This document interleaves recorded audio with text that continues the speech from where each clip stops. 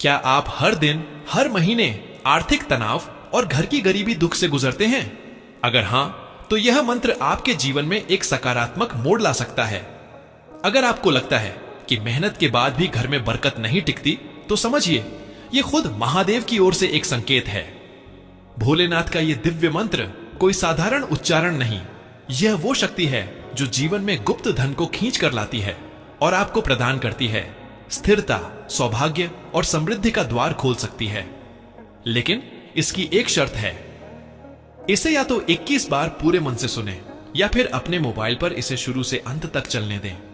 ओम अघोराय त्रलोचनाय सिपिवष्टाय महेश्वराय वीरभद्राय भयहरं धनं प्रदाय च नमामितम्। ओम अघोराय त्रलोचनाय सिपिवष्टाय महेश्वराय वीरभद्राय भयहरं धनं प्रदाय च नमामितम्। ओम अघोराय त्रलोचनाय सिपिवष्टाय महेश्वराय वीरभद्राय भयहरं धनं प्रदाय च नमामितम्। ओम अघोराय त्रलोचनाय सिपिवष्टाय महेश्वराय वीरभद्राय भयहरं धनं प्रदाय च नमामितम्।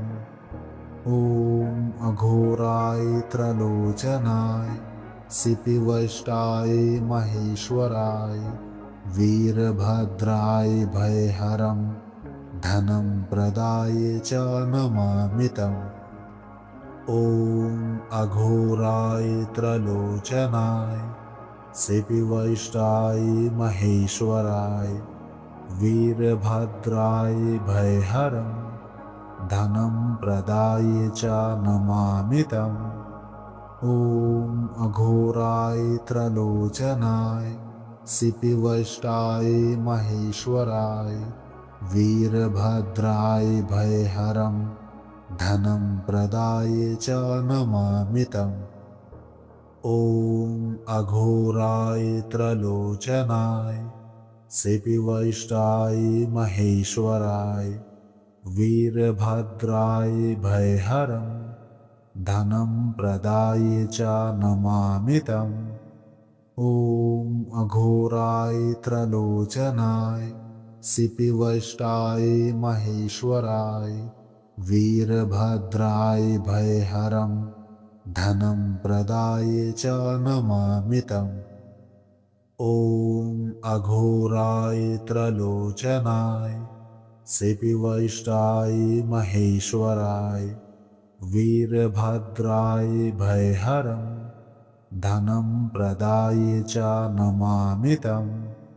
ओम अघोराय त्रलोचनाय सिपिवष्टाय महेश्वराय वीरभद्राय भयहरं धनं प्रदाय च नमामितम्। ओम अघोराय त्रलोचनाय सिपिवष्टाय महेश्वराय वीरभद्राय भयहरं धनं प्रदाय च नमामितम्। ओम अघोराय त्रलोचनाय सिपिवष्टाय महेश्वराय वीरभद्राय भयहरं धनं प्रदाय च नमामितम्। ओम अघोराय त्रलोचनाय सिपिवष्टाय महेश्वराय वीरभद्राय भयहरं धनं प्रदाय च नमामितम्। ओम अघोराय त्रलोचनाय सिपिवष्टाय महेश्वराय वीरभद्राय भयहरं धनं प्रदाय च नमामितम्। ओम अघोराय त्रलोचनाय सिपिवष्टाय महेश्वराय वीरभद्राय भयहरं धनं प्रदाय च नमामि तम्। ॐ अघोराय त्रलोचनाय सिपिवष्टाय महेश्वराय वीरभद्राय भयहरं धनं प्रदाय च नमामि तम्। ॐ अघोराय त्रलोचनाय सिपिवष्टाय महेश्वराय वीरभद्राय भयहरं धनं प्रदाय च नमामि तम्। ॐ अघोराय त्रलोचनाय सिपिवष्टाय महेश्वराय वीरभद्राय भयहरं धनं प्रदाय च नमामि तम्। ॐ अघोराय त्रलोचनाय सिपिवष्टाय महेश्वराय वीरभद्राय भयहरं धनं प्रदाय च नमामि तम्। ॐ अघोराय त्रलोचनाय सिपिवष्टाय महेश्वराय वीरभद्राय भयहरं धनं प्रदाय च नमामि तम्।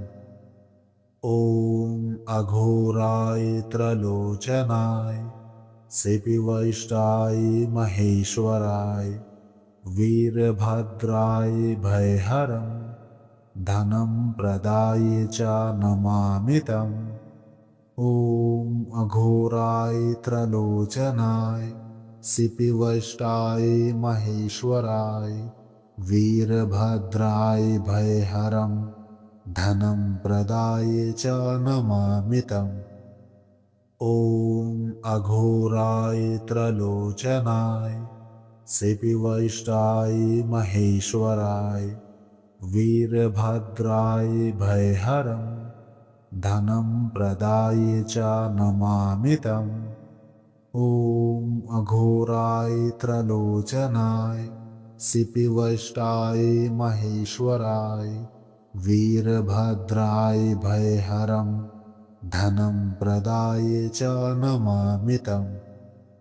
ॐ अघोराय त्रलोचनाय सिपिवष्टाय महेश्वराय वीरभद्राय भयहरं धनं प्रदाय च नमामि तम्। ॐ अघोराय त्रलोचनाय सिपिवष्टाय महेश्वराय वीरभद्राय भयहरं धनं प्रदाय च नमामि तम्।